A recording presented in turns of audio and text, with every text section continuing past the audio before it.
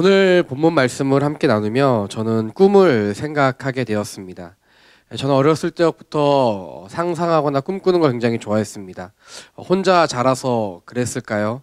혼자 있는 것이 어색하지 않고 혼자서 꿈꾸는 것이 얼마나 기쁘고 좋은지 몰랐습니다. 상상하고 꿈꾸고 그리고 꿈이 이루어지면 얼마나 기쁠까? 혼자서 기대하는 마음과 소망하는 마음을 가지는 것이 참 제게는 좋았습니다. 그 중에서도 꿈은 여러 가지가 있겠지만 장래희망이 있었습니다. 두 가지가 있었는데요. 첫 번째는 목사였고요. 그래서 꿈을 이룬 것 같아요. 두 번째는 과학자였어요. 과학자를 여러분들 많이 꿈꿔봤을 거라 생각이 듭니다. 근데 저는 이 과학자가 되어서 세상을 바꿀 수 있다라고 생각을 했어요. 어릴 때. 제가 과학자가 되는 꿈을 포기한 것은 꿈을 가진 지 그리 오래 걸리지 않았습니다. 제가 학교에 들어가서 수학과 과학을 해보고 나서 나는 절대 과학자가 될 수 없음을 알게 되었습니다. 과학자에 대한 꿈을 그렇게 많이 포기하셨을 것 같아요. 제가 이제 꿈을 꾸며 또 그 꿈을 이루기 위해 달려왔습니다. 어렸을 때부터 목회자가 되는 꿈을 한 번도 놓친 적은 없어요. 물론 흔들리고 포기하고 싶은 때는 참 중간에 많았습니다. 그러나 이 목사가 되는 꿈을 이루었다라고 하기보다는 이제는 그 꿈이 정말로 많이 변화되게 되었습니다. 단순한 꿈을 이루는 것에서 이제는 어떤 목회를 할 것인가로 많이 변화되게 된 것이죠. 첫 사역을 시작하기 직전 열정만 가득했을 때는 제가 목회하면 엄청난 일들이 일어날 수 있다라고 믿었어요. 그게 저는 하나님을 향한 제 믿음이라고 생각을 했어요. 근데 그것도 헛된 꿈이라는 것을 알게 된 것은 얼마 지나지 않았을 때였습니다. 첫 사역을 나가서 첫 설교를 하면 엄청난 변화가 있을 줄 알았어요. 초등부 아이들을 이제 설교를 했어요, 처음에. 그런데 제가 설교하면 아이들이 집중할 줄 알았어요. 아이들은 듣지 않고 아이들은 떠들고 돌아다니면서 제 설교에 집중하지 않는 그 놀라운 일들을 경험하고 나서 내가 무엇을 하더라도 쉽게 될 수는 없겠구나라는 것을 알게 된 것이죠. 현실을 직시한 것입니다. 우리는 꿈을 꾸고 또한 현실의 그 괴리감 앞에서 많은 실망과 낙담과 좌절을 하게 되기도 합니다.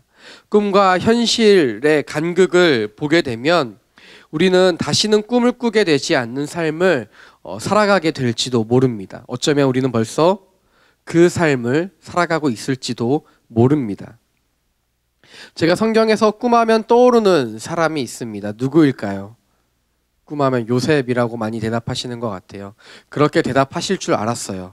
그런데 저는 모세가 생각이 납니다. 꿈을 쫓아갔지만 그 꿈에 대해 포기하고 좌절한 사람, 그리고 자신의 꿈이 아닌 하나님의 꿈을 꾸게 된 그 모세를 생각하게 됩니다. 모세는 꿈이 있는 사람이었습니다. 모세는 자신의 민족에게 도움이 되고 리더가 되고 싶었던 사람입니다. 그는 그 꿈을 가지고 자신의 민족을 구원해낼 수 있다라고 생각했습니다. 그에게는 꿈만 있는 것이 아니라 그에 걸맞는 지식도 있었고요. 리더십도 있었고요. 그다음에 왕궁에서 자라난 수많은 경험들과 많은 것들이 그에게 있었습니다. 하지만 그는 자신의 민족을 괴롭히는 애굽 사람을 때려 죽게 만들고 난 뒤에 그는 범죄자가 되고 민족에게도 버림받는 사람이 되고 맙니다. 그는 광야에 도망 다니며 광야에서 어찌할 바를 모른 채 40년간 살아가게 됩니다. 모든 꿈을 잃어버린 채 말이죠.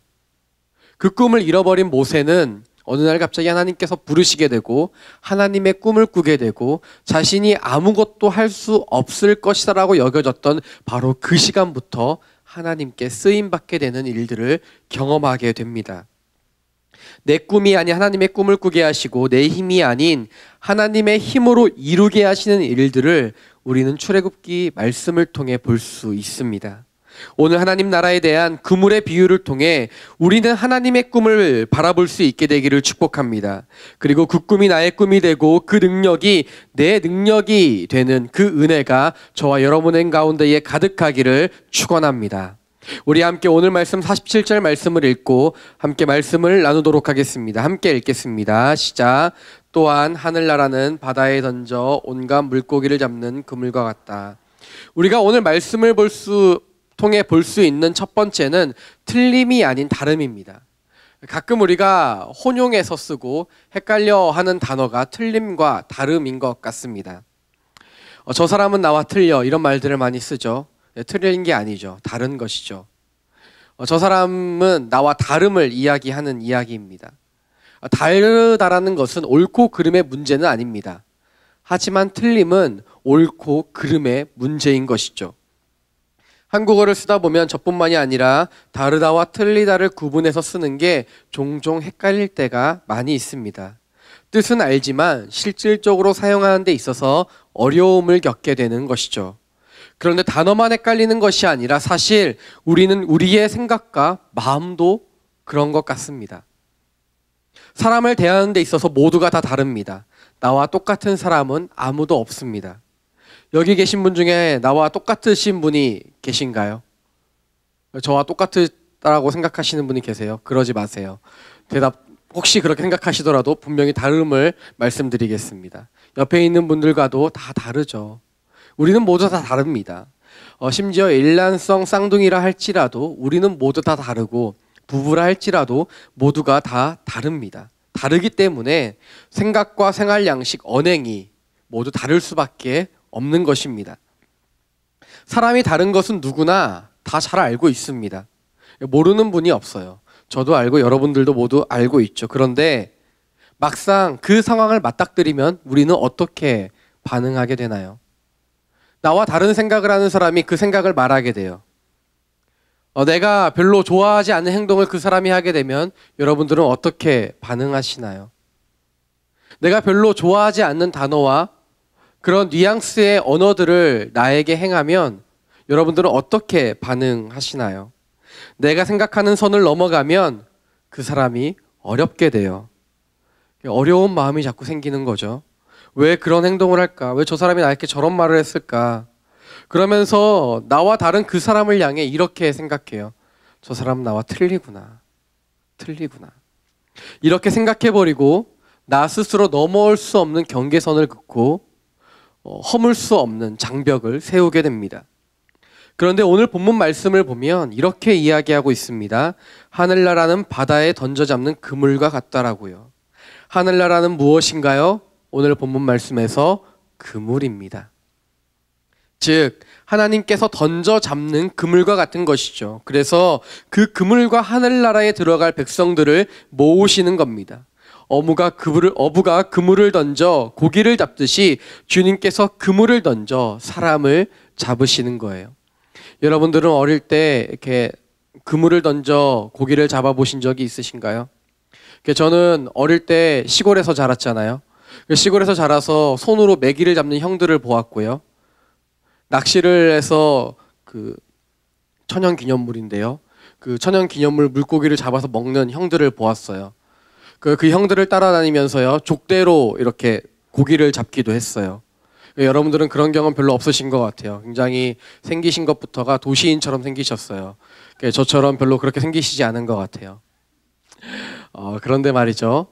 그 그물로 이렇게 족대나 그물로 고기 잡는 투망이라고 하죠. 그런 것들로 고기를 잡으면 참 많이 잡을 수 있습니다. 낚시는 한 번 던지면 한 마리밖에 달려오지 않잖아요. 그런데 투망을 던지면, 여러분 투망 아세요? 그물로 된 건데요. 어깨에 짊어지고 있다가 한 번에 던져서 이렇게 한 지역에 있는 물고기들을 잡아 낚아 올리는 거예요. 그거는 힘도 좀 좋아야 돼요. 그런 것들을 많이 하면 고기를 한 번에 많이 잡을 수 있는 거죠. 그러니까 낚시로 할 때보다 시간이 단축되고 많은 고기를 잡을 수 있게 되는 거예요. 불법이긴 한데요. 어릴 때 저희 동네 아저씨들이 많이 하셨던 방법이 있어요. 물고기를 잡기 위해서. 여러분들 혹시 자동차 배터리로 고기를 잡는 법을 아시나요? 영상이 올라가면 안 될 것 같은데. 제가 어릴 때, 아주 어릴 때니까, 아주 옛날이에요. 정말 옛날인데요. 자동차 배터리를 가지고 그 선을 연결해서 순간적으로 그 강의 시냇가에 있는 물을 지지는 거예요. 그러면 어떻게 되죠? 전기가 막 퍼져나가요. 그럼 순식간에 5초에서 10초가 지난 뒤에 갑자기 물고기들이 기절해서 떠오르기 시작해요. 그리고 그 물고기들을 잡는 거예요. 그러니까 물고기를 잡는 방법들이 여러 가지가 있다라는 거죠. 오늘 본문에 나오는 그 물고기를 잡는 것도 뭐 조금씩 잡는 게 아니라 아주 많이 잡는 방법 중에 하나를 이야기하고 있습니다. 하나님께서 물고기를 잡는데 조금씩 잡는 게 아니라는 거예요. 한 번에 많이 잡으시는 거죠. 하나님께서 사람들을 잡으실 때 이렇게 한 명 한 명 건져 올리기도 하시지만 오늘 본문에서 말씀하시는 것은 한 지역에 있는 물고기를 빠져나가지 못할 만큼 잡아 올리시는 것을 이야기하고 있는 것입니다. 그래서 하나님께서 물고기를 어부가 물고기를 잡듯이 하나님께서 우리의 인생을 잡아 올리신다라고 말씀하시는 겁니다. 저와 여러분의 인생 가운데 하나님께 잡으신 바 되어, 하나님이 잡으신 바 되어 붙들린 바 된 인생 살아가시기를 축복합니다. 하나님께서 잡으시는 것이죠. 그러면 어떻게 하면 됩니까? 우리는 잡히면 돼요. 하나님께서 그물로 잡으신다. 그러면 우리는 그냥 잡히면 아주 편한 문제예요. 그런데 문제는 무엇인가요? 우리가 잡히고 싶지 않아 한다라는 게 문제인 거예요. 잡히면 자유롭지 않은 것 같아요. 잡히면 더 이상 내 마음대로 살아갈 수 없을 것만 같아요. 그래서 하나님께서 적당하게 역사하시면 좋겠다라고 우리의 마음 은연중에 생각하는 거죠. 하나님께서 꼭 사고, 전담, 처리반과 같이 내 인생에 어렵고 힘들 때만 역사하기를 바라고 계시지는 않습니까? 네, 그래서 내가 필요할 때만 소환할 수 있는 램프의 지니와 같이 말이죠. 내 소원을 좀 들어줬으면 좋겠어요. 내 인생의 어려운 문제만 좀 해결해줬으면 좋겠어요. 내 인생 앞에 있는 장벽만 허물어줬으면 좋겠어요. 그 이후에는 말이죠. 그냥 내 멋대로 살아가고 싶어요. 하나님은 딱 거기까지만. 너무 질척거리는 하나님은 별로 좋아하지 않는 거예요. 그냥 좀 쿨하게 날 내버려뒀으면 좋겠는 것이죠. 하나님 없이 살아가는 순간을 맞이하고 싶은 거예요. 나는 세상을 좀 더 즐기고 싶고 세상에서 좀 더 자유롭게 세상의 문화를 즐기며 세상에서도 뒤처지고 싶지 않은데 말이죠. 하나님께 완전히 붙들림 바 되는 것은 어떤 목회자나 어떤 선교사님 정도만 하면 되지 않을까. 그 정도만 하면 됐지 우리의 인생까지 꼭 그렇게 헌신하면서 붙들려 살아가야 될까? 이런 마음이 드는 것이죠. 그런데 오늘 본문 말씀에서는 어떻게 나와 있습니까? 그물에 잡히던지 잡히지 않던지 둘 중 하나라는 거예요. 여러분의 마음은 어떻습니까? 저는 저와 여러분이 붙들린 인생 살아가시기를 축복합니다. 오늘 본문에서 그물로 번역된 사게네라는 단어가 있어요. 헬라어 단어인데요. 신약 성경에서 오직 이 본문에서만 쓰이는 단어입니다.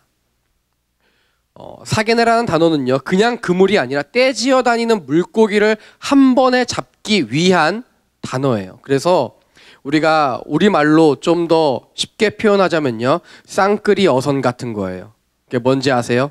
두 배의 그물을 그 사이에 묶는 거예요. 그래서 수면부터 수면의 바닥까지 그물을 설치해서요, 돌아다니면서 그 일대에 있는 물고기를 잡는 것이죠.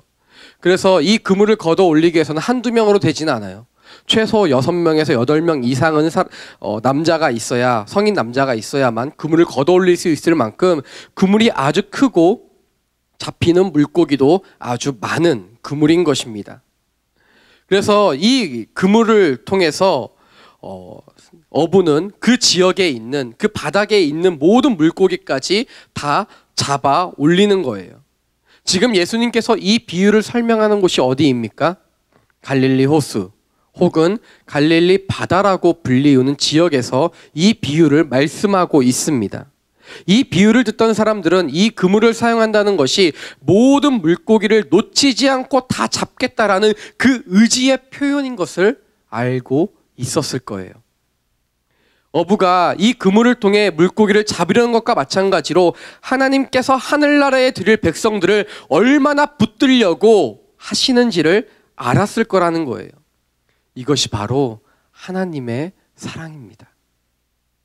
하나님의 사랑은 나를 붙드시고 내가 하나님의 품에서 도망가지 못하게 하시려는 것이에요. 왜냐하면 말이죠, 그곳이 하나님 보시기에 가장 안전하고 그곳이 하나님 보시기에 가장 좋은 곳이기 때문이에요.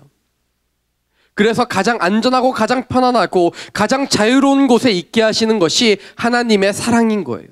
여러분은 어떻게 생각하십니까? 여러분의 인생 가운데 가장 안전한 곳이 어디라고 생각하세요? 여러분의 인생 가운데 가장 편안한 곳이 어디라고 생각하세요? 여러분에게 가장 자유로운 곳은 어디이십니까? 하나님과 나 사이에 시선의 차이가 혹시 존재합니까? 하나님께서는 그렇게 생각하지 않으신다라는 거예요. 하나님께서 가장 안전하고 가장 자유롭고 가장 평안한 곳이라 생각하시는 곳은 다른 곳도 아닌 하나님의 날개 아래라고 생각하세요. 그 날개 아래 거함이 우리에게 가장 포근한 것이죠. 그런데 우리는 항상 집 나간 둘째 아들과 같이 생각하고 행동해요. 우리는 내 몫을 챙겨서 빨리 떠나고 싶어 하는 거죠. 오늘 여기서 은혜 받고 한 주간 하나님 없이 살아가겠다라고 결단하는 우리의 마음처럼 말이에요. 주일날 은혜 받으면 됐어요. 그 은혜가 나를 위로해 주면 됐어요. 그 은혜가 내가 살아갈 다시 한번 힘을 줬으면 됐어요. 딱 거기까지라고 생각하는 거예요. 한 주간 6일 동안은 하나님 없이도 내가 살아갈 수 있다라고 생각하는 거예요. 그래서 하나님 그 사랑 가운데 거하지 않아도 나는 괜찮다라고 생각하는 거예요. 아버지가 없는 그 세상에서 자유롭고 싶어 했던 둘째 아들과 마찬가지로 우리도 그러한 삶을 살아가고 싶어 하더라는 거예요. 하지만 결과는 어떤가요? 결과는 줄이고 배고픔이 우리를 기다리고 있을 뿐인 것이죠. 그래서 우리는 이 하나님의 붙드심을 경험해야만 합니다. 하나님의 강력한 붙드심 아래 있으면 우리는 온전할 수 있는 거예요. 하나님의 이 그물에 붙들린 물고기는 어떤 물고기인가요? 본문 말씀에 나와 있는데 우리가 본문 말씀 다시 한번 읽어보도록 하겠습니다. 47절 말씀입니다. 함께 읽겠습니다. 시작. 그는 온갖 물고기를 잡는 그물과 같다. 바로 여기에 잡혀있는 물고기는 온갖 물고기라고 되어 있습니다. 더 정확하게 원어의 의미를 보면요, 모든 종류입니다. 모든 종류의 물고기가 이 그물에 걸려 있다라는 거예요. 이 물고기가 어떤 물고기일까요? 여러분 어떤 물고기가 생각이 나세요? 고등어, 광어, 고래, 여러분들이 좋아하는 어떤 물고기가 있을 수도 있고요. 여러분이 좋아하시지 않는 물고기가 있을 수도 있어요. 어떤 물고기든지 하지만 상관없다라는 거예요. 왜냐하면 모든 종류의 물고기가 그 그물에 걸려 있기 때문이죠. 하나님의 품은 이렇게 크고 하나님의 크심은 이렇게 놀라우세요. 내가 잡혀 있어도 전혀 문제가 되지 않을 만큼 크고 넓다라는 거예요. 아주 깊은 것이죠. 내 모양이 어떠하든지 하나님께서는 보지 않으세요. 내가 어떠한 종류이든지 하나님은 보지 않으신다라는 거예요. 사람들은 어떻습니까? 사람들은 구분해요. 이 물고기가 어떠한 물고기인지, 이 크기가 얼마나 크기인지, 이 물고기가 내 인생 가운데에 얼마나 필요한지 필요하지 않은지 구분하더라는 거예요. 그래서 크기별로, 종류별로, 쓸모별로 다 그렇게 구분하고, 그래서 우리는 그 가운데서 힘들어하고 부대껴하고 억울하고 답답함을 느낄 수밖에 없다라는 거예요. 하지만 하나님은 전혀 상관하지 않으세요. 당신의 모습이 어떠하든지, 당신이 지금 어떠한 삶을 살고 있든지 하나님은 전혀 상관하지 않으시더라는 거예요. 중요한 것이 무엇입니까? 하나님의 품 안에 있느냐가 가장 중요한 거예요. 우선은 그 품 안에 있어야 해요. 그 넓은 품 안에 있으면 하나님은 우리를 안아주시더라는 거예요. 비바람이 불고 폭풍이 닥쳐온다 할지라도 그 그물에서 떠나지 못하게 하나님께서는 품으시더라는 겁니다. 저는 저와 여러분이 하나님의 그 품 안에 온전히 거하시기를 축복합니다. 우리는 나와 생각이 비슷하고 행동이 비슷하고 나와 잘 맞는 사람들만 품을 수 있지만 하나님은 그렇지 않으세요. 하나님은 말이죠, 하나님께 얼마나 가까이 있느냐 멀리 있느냐가 중요한 것이 아니라 하나님의 품 안에 있으려고만 하는 그 마음을 가진 사람들 모두를 품어 주시더라는 거예요. 수없이 많은 물고기를 다 품으시는 것처럼 나와 같은 사람들도 품으시고 나와 다른 사람들도 품으시더라는 거예요. 그래서 나만 하나님이 사랑하시는 것이 아니라 옆에 있는 사람들도 하나님은 사랑하시더라는 거죠. 우리 옆에 있는 분들께 이렇게 인사해 보시겠어요? 하나님께서 당신을 사랑하십니다. 여러분, 이게 놀라운 사실 아니에요? 하나님이 나만 사랑하시는 것이 아니라 옆에 있는 분들도 사랑하시더라는 거예요. 나와 생김새가 달라도요, 나와 생활 양식이 달라도요, 나와 언어가 다르고 행동이 다르다 할지라도 하나님은 우리 모두를 사랑하시더라는 거예요. 그래서 나와 다른 사람이 비록 이곳에 함께 있을지라 할지라도 그것이 우리에게 전혀 문제가 될 수 없는 것입니다. 왜냐하면 우리는 하나님 안에서 틀리지 않고 다르기 때문인 거예요.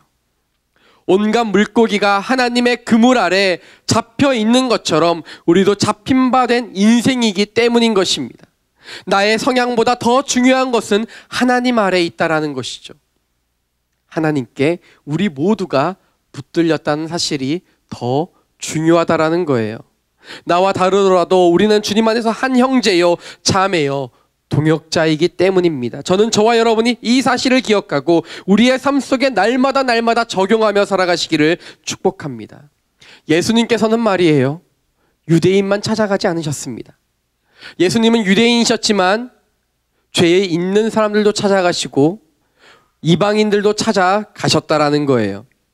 유대인들은 찾아가지 않고 만나지 않고 함께 식사를 하지 않는 세리에게도 찾아가셨어요.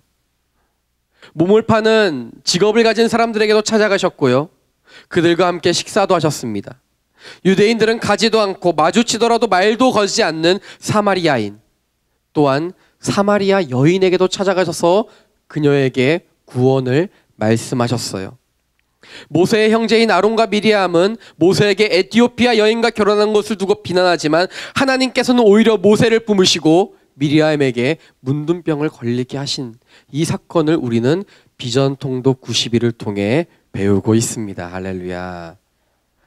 할렐루야. 말씀을 읽으면 저와 여러분의 인생 되시기를 축복합니다. 하나님은 차별이 없으신데 사람은 차별이 있어요. 하나님은 누구나 다 사랑하시는데 사람은 차별을 둬요. 하나님에게 기준은 딱 한 가지인 것이죠. 네가 내 안에 있느냐 없느냐의 문제인 거예요. 심지어 하나님께서는 그 누구라도 하나님 안에 들어오고자 하면 품어주시는데 나는 하나님의 마음과 같지가 않아요. 나는 하나님의 마음과 같지 않아서 나와 다른 사람을 전혀 품을 수가 없는 것이죠. 나의 의로 사람을 판단하는가 보다 중요한 것은 그렇기 때문에 무엇입니까? 예수님이라면 이 사람을 어떻게 대했을까? 사랑하는 여러분, 나와 다른 사람이 있으십니까? 그 사람 때문에 힘드세요? 그 사람의 가치관이 자꾸 나와 부딪히세요? 직장에서 그러십니까? 순모임에서 그러십니까? 가정 가운데 그러십니까? 여러분들 친구 간의 관계에서 그러십니까? 한번 생각해 보세요. 예수님이라면 어떻게 하셨을까? 예수님이라면 이 사람에게 어떻게 하셨을까? 예수님이라면 다가가셨을까?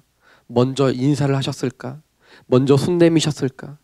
저는 저와 여러분의 기준이, 사람을 대하는 기준이 그와 같게 되기를 축복합니다. 이 사람을 나의 편견이 아니라 사랑으로 대하시는 주님의 그 모습을 생각해야 하는 것이죠. 우리의 삶의 모든 반경에서 말이에요. 그런데 오해하면 안 돼요. 다름을 품을 수 있지만 가끔 틀린 것도 있더라는 거예요. 가끔 이렇게 이상한 행동을 하면 품을 수 없어요. 그렇지 않나요? 저만 그런가 봐요. 너무 이렇게 이상한 행동을 하시는 분들이 있어요. 그러면 품을 수 없어요. 이렇게 기도해 줄 수는 있지만 친해지기가 조금 어려운 때도 있어요. 사랑하는 여러분, 저는 저와 여러분이 서로 우리 공동체 안에서 매너를 지키며 살아가시기를 축복합니다. 순 안에서 매너가 있어야 돼요. 연락을 할 때도 매너가 있어야 됩니다. 이렇게 자꾸 밤 새벽 1시, 2시에 이렇게 문자 보내고 하면 안 돼요. 제가 우리 모교 순장 모임 때 한번 이야기했어요. 예전에 있던 어느 교회에서 이렇게 새벽 1, 2시만 되면 꼭 그때가 그분의 그 활동 시간인가 봐요. 순장님께 그렇게 자꾸 문자를 보내는 거예요. 어려워요. 매일마다 너무 쓸데없이 이렇게 용건이 없는데 자꾸 연락하면 어려워요. 그러니까 바쁜데 자꾸 대답해 줘야 되는데 바쁘다고 하는데도 계속 연락하면 어려운 거예요. 우리가 품을 수 있는 한도 내에서 품어야 됩니다. 자꾸 틀린 거를 왜 교회는 나를 품어주지 않냐고. 아니요. 그렇지 않아요. 네, 품을 수 없는 것도 가끔 존재하더라는 거예요. 우리가 서로 예의를 지키면서 함께 생활했으면 좋겠습니다. 그래서 우리가 품을 수 있는 사람들을 향하여 품고 나아가는 것은 굉장히 중요한 문제인 거죠. 우리의 공동체 안에서도 마찬가지입니다. 나와 다름이 그 사람과의 경계선이 아니라 나와 다름이 화합의 장이 되기를 축복합니다. 공동체는 너무 아름다운 곳 같아요. 교회는 너무 아름다운 곳 같아요. 온갖 물고기가 걸려있는 그물이 천국과 같다라고 한다면 우리 교회 공동체도 그래야 하지 않을까요? 나와 다른 사람들, 나와 다르기 때문에 너무나도 그 사람의 개성이 더 돋보였으면 좋겠어요. 우리가 모두가 다 다르지만 모두 아름다운 색깔을 냈으면 좋겠어요. 모두 소리가 다르지만 아름다운 하모니를 내는 우리 콰이어처럼 말이죠. 별로 안 아름다웠나 봐요. 여러분들 별로 감동도 없고 은혜도 없나요? 저는 너무 은혜롭고 감동을 받았는데 말이에요. 바로 그런 것처럼 우리가 그렇게 각자의 소리가 다르지만 한 목소리로 냈을 때 하나님을 찬양하는 우리 공동체가 되시기를 축복합니다. 자존심은 꺾이지만 자존감은 높아지는 놀라운 은혜를 그렇게 할 때 경험하게 될 거예요. 그 사람의 다름을 인정함으로 인하여 내가 깊어지고 하나님의 마음을 알게 되는 것이죠. 하나님께서 우리를 한 가족으로 묶으셨기 때문이에요. 저와 여러분이 한 가족임을 인정하고 틀림이 아닌 다름으로 서로를 사랑하며 품으며 인정하는 그런 놀라운 일들이 일어나게 되기를 축복합니다. 우리가 48절 말씀을 읽고 함께 말씀을 나누도록 하겠습니다. 함께 읽겠습니다. 시작. 그물이 가득 차면 어부들은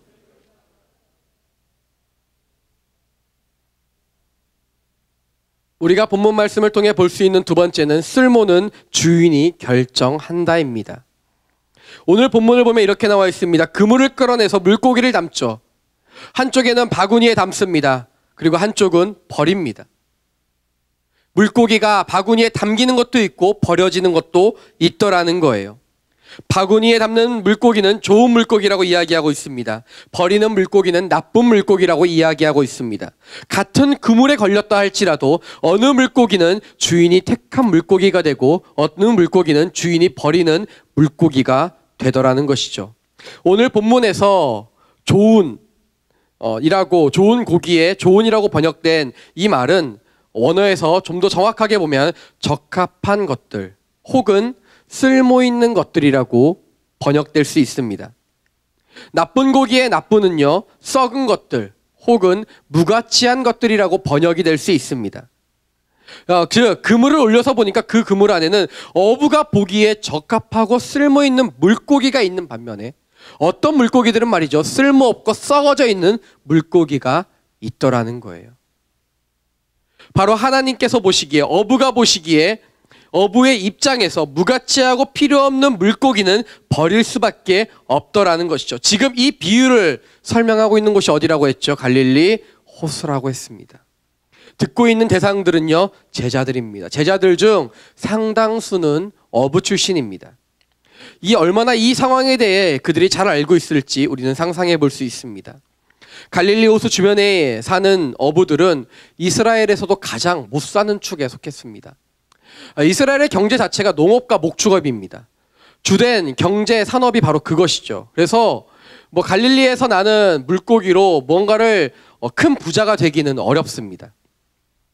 그래서 어부들은 그 끼니를 해결하고 돈을 벌 수 있는 방법이 물고기를 잡아서 파는 일들입니다. 그래서 어부들은 그물에서 물고기를 잡아 올리면 팔 수 있는 물고기와 팔지 못하는 물고기를 가르는 것이 상당히 중요했습니다. 그러니까 사람들이 먹는 물고기가 있었고요, 먹지 않는 물고기가 있었다라는 것이죠. 사람들이 좋아하는 물고기가 있었는가 하면 그렇지 않은 물고기도 있었다라는 거예요. 그래서 어부의 입장에서는 팔 수 있는 물고기를 선별해낼 수밖에 없는 것입니다. 먹지도 팔지도 못하는 물고기를 가지고 있을 수는 없기 때문이에요. 썩은 물고기가 그 중에 섞여 있다라면 다른 물고기들까지 썩을 수 있기 때문에 빨리 그 물고기를 버려야만 하는 것이죠. 쓸모없는 물고기는 선별해 버리는 것이 어부의 입장에서는 당연한 것이 아니겠습니까? 중요한 것은 무엇입니까? 그물 안에 있어도 모두 쓸모있는 물고기는 아니더라는 거예요.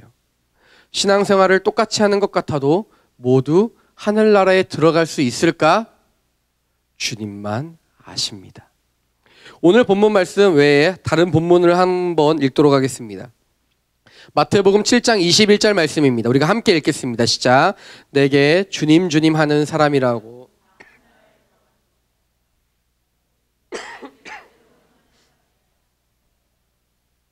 예수님께서 이렇게 말씀하십니다. 내게 주님 주님 하는 사람들마다, 개역개정에 이렇게 표현되어 있죠. 내게 주여 주여 하는 자마다 모두 천국에 들어갈 수 없다라고 말이에요.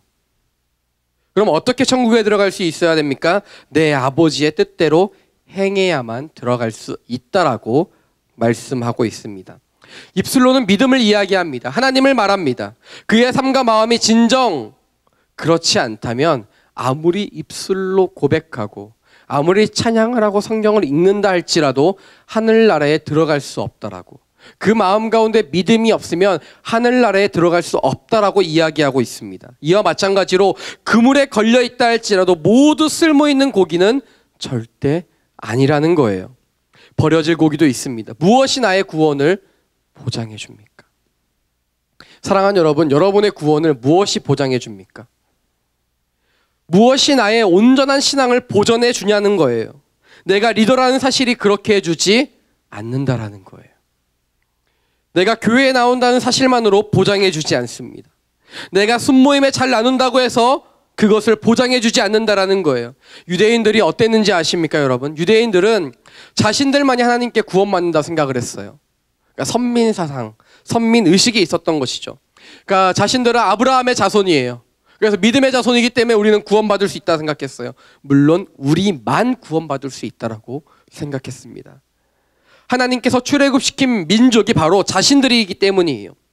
자신들의 출신 자체가 자신들의 구원을 보장해 준다고 생각했습니다. 그래서 그들은 이방인이나 죄인들을 거들떠보지도 않았어요. 사마리아 여인을 아까 말씀드렸지만, 사마리아인들은 북이스라엘 백성들이었지만 그들이 강제로 이주 정책을 당해 그들은 절대 구원받지 못한다고 생각을 했습니다. 사람 취급을 하지 않았어요. 오로지 선택받고 오로지 하나님을 잘 믿는다고 여겼던 그들만이 하나님을 믿는다라고 여겼던 거예요. 그런데 예수님은 어떻게 하셨습니까? 예수님은 자꾸 그 유대인들이 보기에 불편한 행동을 하시는 거예요. 그러니까 사람들이 사람 취급을 하지 않는 사람들에게 자꾸 찾아가세요. 자꾸 그들에게 이야기하시고 병 고쳐주시고 그들과 함께 식사를 하시는 거예요. 그 사람들이 만나지 않는 사람들에게 자꾸 찾아가세요. 어려운 사람들에게 자꾸 가시는 거죠. 그 동네 사람들조차 대면했던 그 사마리아 여인에게도 찾아가세요. 그리고 구원을 말씀하세요. 사랑하는 여러분, 자격 없는 자에게 주님은 찾아가셔서 자격을 부여하시더라는 거예요. 이것이 놀라운 구원의 사건이 아니겠습니까? 여러분, 우리가 무슨 자격이 있습니까? 우리의 구원을 뒷받침해 줄 어떠한 자격이 우리에게 존재하냐는 거예요. 여러분들 자격증 있으세요? 구원 자격증 이런 거 있으세요? 1종 보통이 있으세요? 2종 오토신가요? 어떤 자격이 우리에게 있죠? 아무것도 우리에게 자격이 없다라는 거예요. 그런데 주님이 찾아오셔서 우리에게 그 자격을 부여하시더라는 겁니다. 주님께서는 그들에게 자격을 주시면서 말이에요. 그들에게 사랑을 베푸시고 그들에게 구원으로 이르는 길을 알려주셨고 하늘나라에 대해 말씀하셨어요. 하지만 자격이 있다고 생각한 사람들은 어땠습니까? 그 유대인들은요, 예수님을 대적했어요. 그들은 예수님이 자신들을 위협한다고 생각했던 것이죠. 오늘 이 비유를 듣고 있던 제자들은 유대인들이었습니다. 그들에게는 불편한 이야기였을 거예요. 당연히 자신들은 구원을 받아야 되는데 구원받지 못할 수도 있다라고 이야기하고 있기 때문이에요.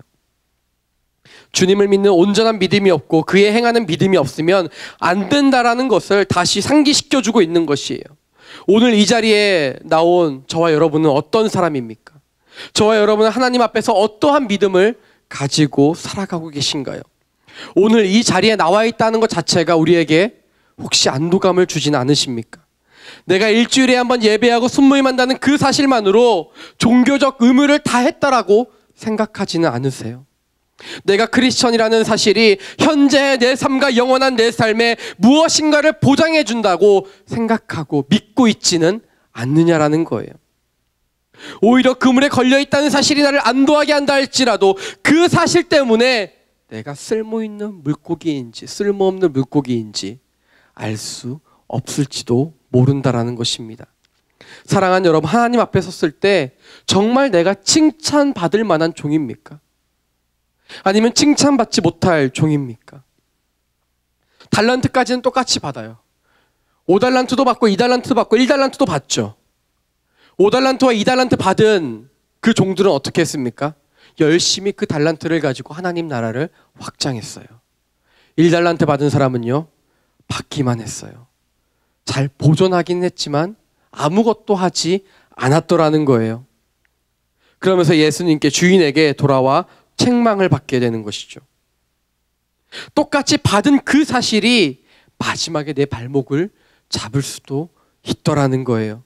내가 달란트 받았다는 사실이 그물에 걸려 다른 물고기들과 같이 있다는 것 자체가 내게 아무것도 보장해 주지는 않는다라는 거예요. 이 예배에 나오는 것이 우리에게 어떤 유익이 있습니까? 여러분은 오늘, 아니 매주 예배를 나오면서 무엇을 기대하고 있습니까?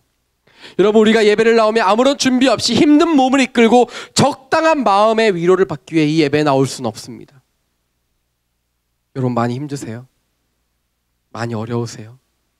위로도 받아야죠. 하지만 적당한 위로가 이 예배에 나오는 목적입니까? 위로를 받으면 그 목적을 다 이룬 것입니까? 하나님께서는 이 예배 가운데에 위로도 주시지만 위로만 주시는 것은 아니라는 거예요. 우리는 하나님의 놀라운 그 은혜를 경험한다는 것이 내 마음의 위로 정도로 만족하면 안 된다라는 겁니다. 내 전인격을 변화시킬 하나님을 기대하지 않으십니까?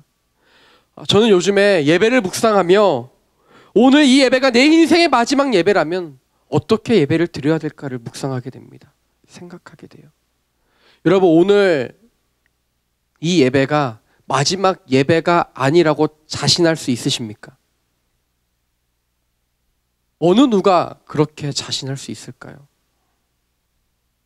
오늘 드리는 이 예배가 다음 주에도 정말 계속될 수 있을까요? 우리의 인생 속에 그렇게 끊임없이 하나님 앞에서 예배 드릴 수 있는 날이 계속 되어질까요? 아니요. 모두가 다 다릅니다. 모두가 다 달라요. 오늘 예배가 마지막인 사람들도 분명 이 땅 가운데 존재하더라는 것이죠. 예배를 드리는 마음의 자세가 달라져야 돼요. 하나님 앞에 나온 우리는 너무 편합니다. 하나님 앞에 나온 우리는 너무 간절함이 없어요. 적당한 위로만 받으면 된다라고 생각하고 있어요. 사랑하는 여러분, 변해야 되지 않겠습니까? 변화됨이 우리에게 필요하지 않으세요? 그물에 걸린 것이 아무것도 보장해 줄 수 없다라고 한다면, 내가 어떤 물고기가 될지 내가 결정할 수 없다면 변해야 되지 않겠습니까? 언제까지 우리는 삶의 고단한 문제로 힘들어만 하겠어요? 여러분, 그 문제가 해결되라더라도 다른 문제가 우리에게 안 찾아오던가요? 아니요, 찾아와요.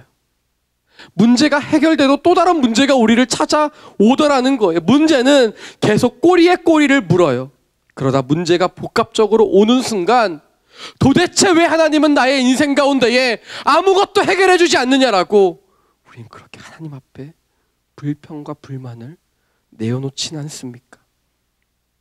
끝없는 문제와 변화되지 않는 내 자신을 보며 실망하게 되는 것이죠. 내 삶의 어릴 적 꿈, 하나님을 처음 만났을 때 그 첫사랑은 모두 잃어버린 채 그렇게 살아가고 있지는 않으세요? 사랑하는 여러분, 저에게는 꿈이 있습니다. 우리 리더십들에게는 한번 나누었는데요, 정말 저에게는 꿈이 있어요. 우리 공동체 예배에 오는 순간 하나님의 임재를 느끼는 거예요.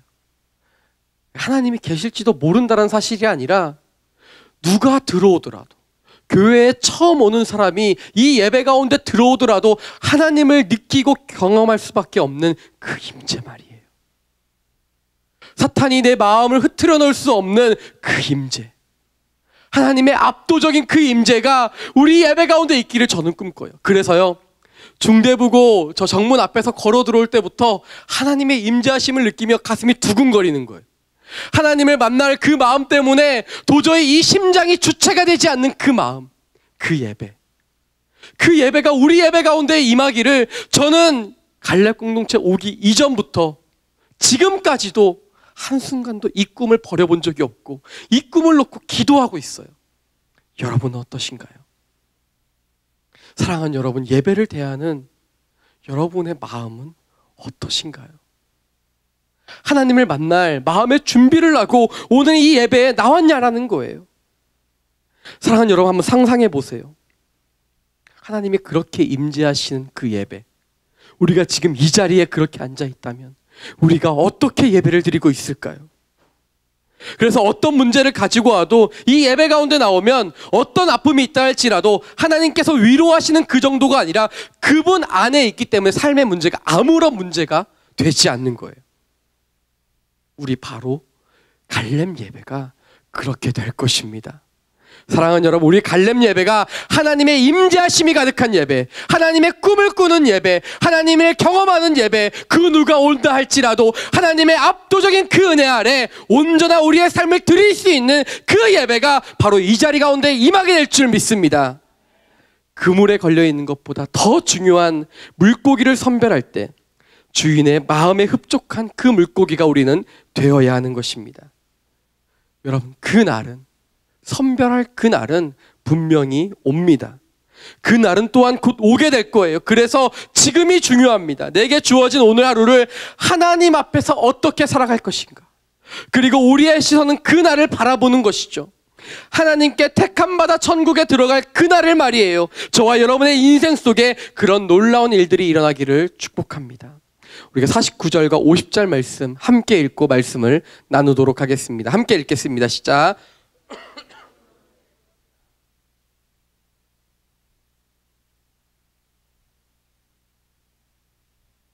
거기서 그들은 슬피 울며 이를 갈 것이다. 말씀을 통해 우리가 볼 수 있는 세 번째는 아직 남은 시간과 하나님의 일하심입니다. 물고기 잡는 그물을 통해 비유로 설명하신 예수님께서 이제 현실로 돌아와 말씀하십니다. 아니, 미래를 말씀하시는 것이죠. 세상의 끝을 이야기하십니다. 세상의 끝에 불아궁이에 던져질 사람들이 있다라는 거예요. 물고기가 버려짐이 불아궁이에 던져넣음과 같이 똑같이 된다라는 것이죠. 그래서 그곳에서 그들은 슬피 울며 이를 갈 것이라고 이야기하고 있습니다.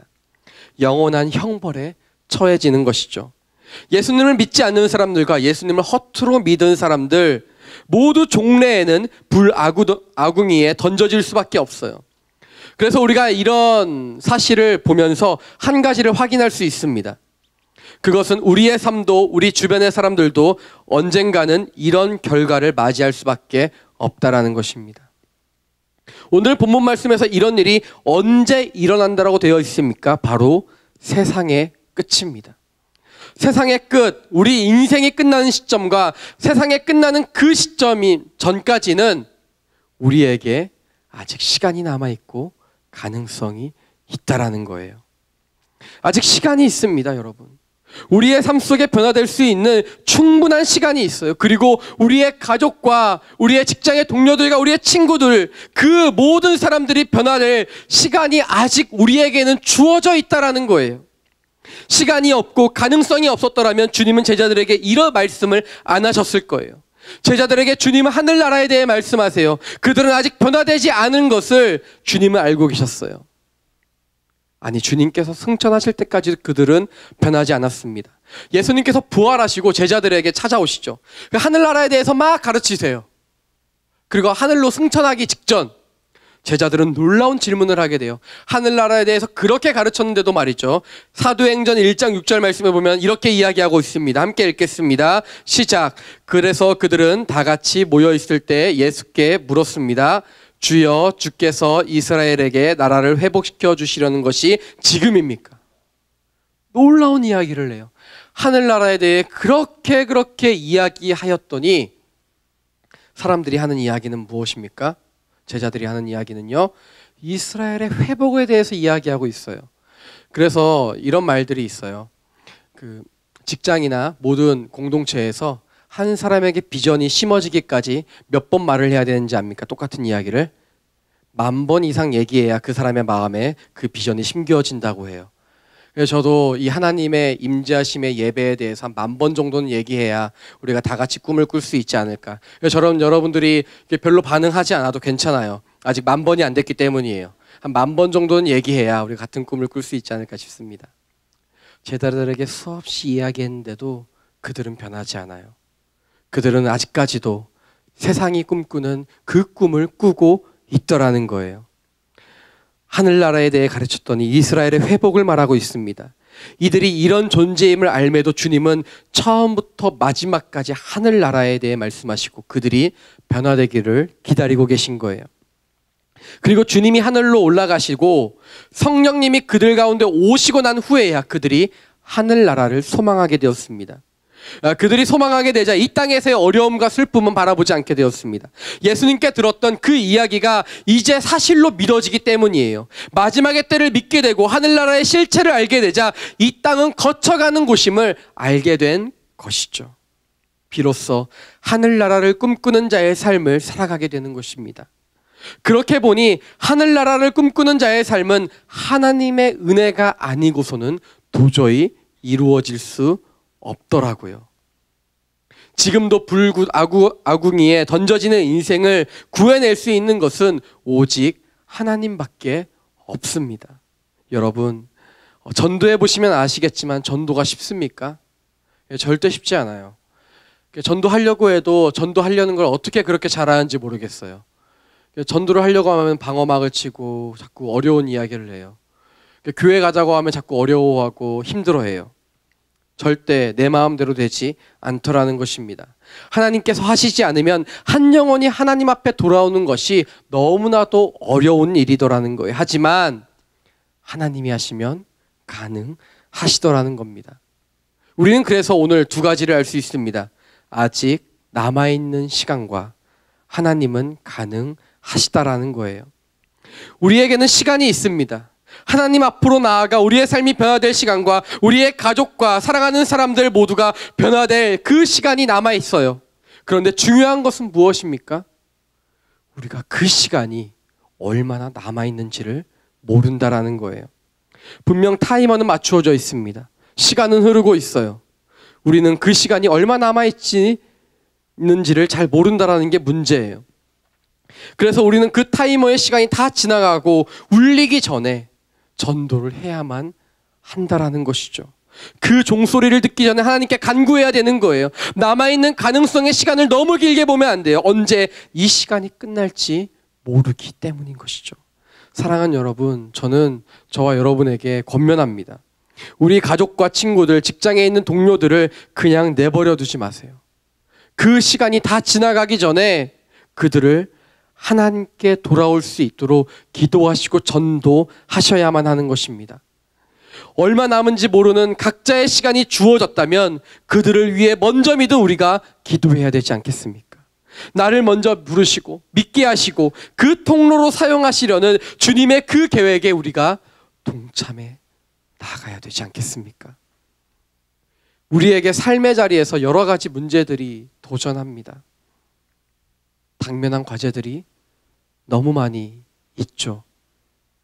그런데 우리가 그 자리에 있는 이유가 그 문제 때문이 아니라 다른 것 때문에 우리가 그 자리에 있다라는 사실을 기억해야 합니다. 바로 그 자리에서 하나님을 알지 못하는 영혼들을 위해서 우리가 존재한다라는 것을 말이죠. 내 삶의 발걸음이 지금까지 이렇게 흘러온 것은 하나님을 알지 못한 영혼들을 위해서인 거예요. 하나님께서 우리 가족들 때문에 나를 먼저 믿게 하셨다면, 하나님께서 나를 우리 친구들과 직장에 있는 사람들을 위해 그 자리에 두신 것이라면 말이죠. 여러분, 그러면 무엇이 더 시급합니까? 여러분, 그러면 내 문제, 내가 지금 붙들고 있는 그 문제가 더 시급할까요? 아니면 그들의 영혼이 구원받는 게 더 시급할까요? 하나님께서는 우리에게 말씀하시는 거예요. 네가 거기 있는 그 이유 자체가 그 영혼들을 구원하기 위해서라고 말이에요. 이미 하나님의 넓은 품 안에 거하는 우리가 그들을 하나님의 품으로 이끌어야만 합니다. 난 연약하다고요? 난 할 수 없다고요? 맞아요. 우린 연약하고 할 수 없는 존재들이죠. 하지만 하나님은 강하십니다. 그렇기 때문에 하나님을 의지하세요. 나의 인생도 다른 사람들도 하나님께 의탁하시며 나아가셔야 돼요. 하나님의 품은 넓으세요. 그물이 수면부터 수면 아래 바닥까지 쳐져 있는 것처럼 내가 어딜 가든 그분의 품 안에 온전히 거할 수 있어요. 그러므로 그 그물에서 발버둥 치며 벗어나려고 하지 말고 온전히 내 몸도 마음도 영혼도 주님께 의탁하세요. 그러면 자연스럽게 흘러갈 거예요. 내가 자유롭고 싶다고 발버둥 치고 싶다고 떠나고 싶다고 그렇게 안간힘을 쓰면 어느샌가 힘이 다 빠져버리고 말아요. 하지만 온전히 그 잡힌 채로 의탁하게 되면 그렇게 편안하게 되는 거예요. 내가 어디로 가는지가 중요합니까? 하나님께 붙들림 바 된 것이 중요하죠. 내가 무엇을 하는지가 중요합니까? 하나님께서 하시는 것이 중요하지 않으세요? 우리의 인생 가운데에 내 문제가 중요합니까? 아니요. 하나님께서 나를 통해 구원하실 그 영혼들이 더 중요하지 않으십니까? 파도를 역행하는 것이 아니라 파도를 타고 다니는 그 서퍼처럼 우리는 하나님께 의탁되어졌을 때 어떠한 큰 파도가 온다 할지라도 가장 안전하게 될 것이에요. 가장 안전한 곳, 가장 온전한 피난처 그분에게 나아가세요. 내 힘이 아닌 하나님의 힘으로 살아가셔야 돼요. 그러면 하나님이 내 인생을 통해 이루실 일들이 보이기 시작하는 것이죠. 내 삶의 가장 큰 절망이 하나님의 가장 큰 소망이 되고 마는 거예요. 사랑하는 여러분, 그래서 먼저 우리는 하나님을 바라봐야 돼요. 하나님께서 나를 먼저 바로 부르신 그 목적을 바라보세요. 나를 통하여 이루실 그 일들을 꿈꾸세요. 하나님 나라를 바라보시며 나아가셔야 돼요. 그 일을 위해 내가 먼저 기도하고 내가 먼저 달려가는 거예요. 하나님의 그 부르심에 응답하며 나아가셔야 되는 것이죠. 하나님을 믿고 나아가는 거예요. 하나님을 의지하며 나아가는 거예요. 나를 통하여 변화시킬 우리 가정을 꿈꿔보세요. 여러분, 하도 오래 기도해서 이제 소망함이 없이 그냥 그렇게 됐으면 좋겠다라고 생각하십니까? 포기하지 마세요. 하나님의 꿈은 아직도 현재 진행 중입니다. 나를 통하여 우리 직장을 변화시키실 그 일들을 꿈꿔보세요. 여러분, 직장에 들어가실 때 어떻게 들어가셨나요? 하나님이 날 이 직장에 보내셨다라고 그렇게 고백하지 않으셨어요?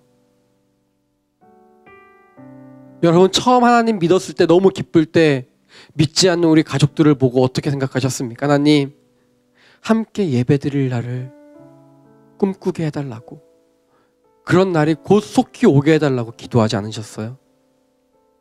그런데 그 꿈 아직도 잘 간직하고 계십니까? 저는 우리 갈렙을 보며 지금도 꿈꾸고 있고 그 꿈을 앞으로도 놓지 않을 겁니다. 하나님의 임재하심이 가득한 그 예배를 말이에요. 여러분, 제가 꿈꾸듯 여러분도 꿈꿔보시지 않으시겠어요? 가정에서 함께 가족이 모두 모여 예배를 드리는 거예요. 직장에서 하나님을 아는 사람들이 늘어나서 신우회가 결성되고 부흥되는 거예요. 이곳이 직장인지 교회인지 구분이 안 될 정도로 하나님의 선한 영향력이 나를 통해 흘러가는 거예요. 기도는 믿음으로 하는 것이고, 믿음은 우리가 바라는 것들의 실상이 되고 맙니다. 무엇을 위해 우리는 꿈을 꾸며 무엇을 위해 우리는 기도하고 계십니까? 함께 신앙생활하고 예배드리며 하늘나라에 갈 내가 사랑하는 사람들을 소망하세요. 하나님이 이루시고 하나님이 변화시킬 것입니다. 우리가 함께 그 꿈을 가지며 함께 찬양하며 나아가기를 원합니다.